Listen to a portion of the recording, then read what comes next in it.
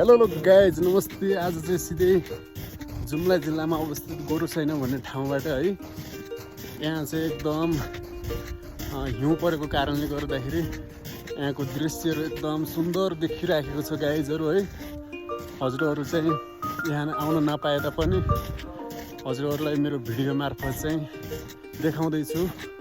हजुरहरू प्रत्यक्ष रूपमा आउन नपाए तापनि यो भिडियोमा भएको दृश्यलाई हेरेर रमाउनुस् अनि इन्जोय गर्नुस् है।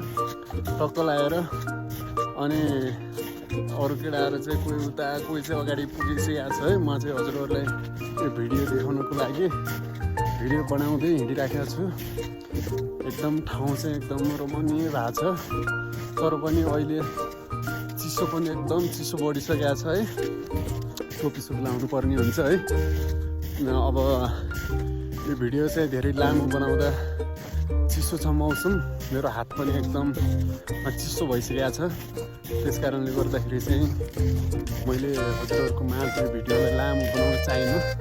हजुरहरू चाहिँ यसमार्फत नै रमाउनुहोस्, इन्जोय गर्नुहोस्। यो छोटो भिडियोलाई नै लामो मानेर रमाउनुहोस् है। अनि त्यस पछाडि चाहिँ हजुरहरूले मेरो भिडियोलाई एकदम माया गरिदिनुहोस्। त्यस पछाडि चाहिँ म हजुरहरूको माझ यस्तै यस्तै रमाइलो ठाउँको भिडियोहरू चाहिँ देखाउने छु। अनि ऊ चाहिँ भाइ छ, भाइ के छ, रमाइलो भइराखेको छ। उसले चाहिँ एकदम रमाइलो भएको छ भनेको छ। यहाँनिर चाहिँ एउटा अब्स्टेकल आएको छ है, खोला तर्नुपर्ने हुन्छ र तरियो खोला पनि। भाइ तिमीलाई चाहिँ एकदम रमाइलो फिल भइराखेको छ आज तिमीलाई?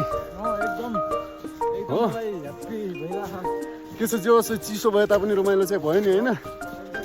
ल ठिक छ, आजको दिन चाहिँ एकदम रमाइलोसँग बित्यो गाइजहरू। हजुरहरू पनि यो भिडियोलाई टक्क रमाउनुहोस्, इन्जोय गर्नुहोस्। यति भन्दै हामी चाहिँ आज हामी बस्ने ठाउँमा आइपुगेका छौँ। हाम्रो घरमा, हाम्रो घर चाहिँ ऊ त्यहाँ अगाडि छ। हामी चाहिँ आइपुग्यौँ।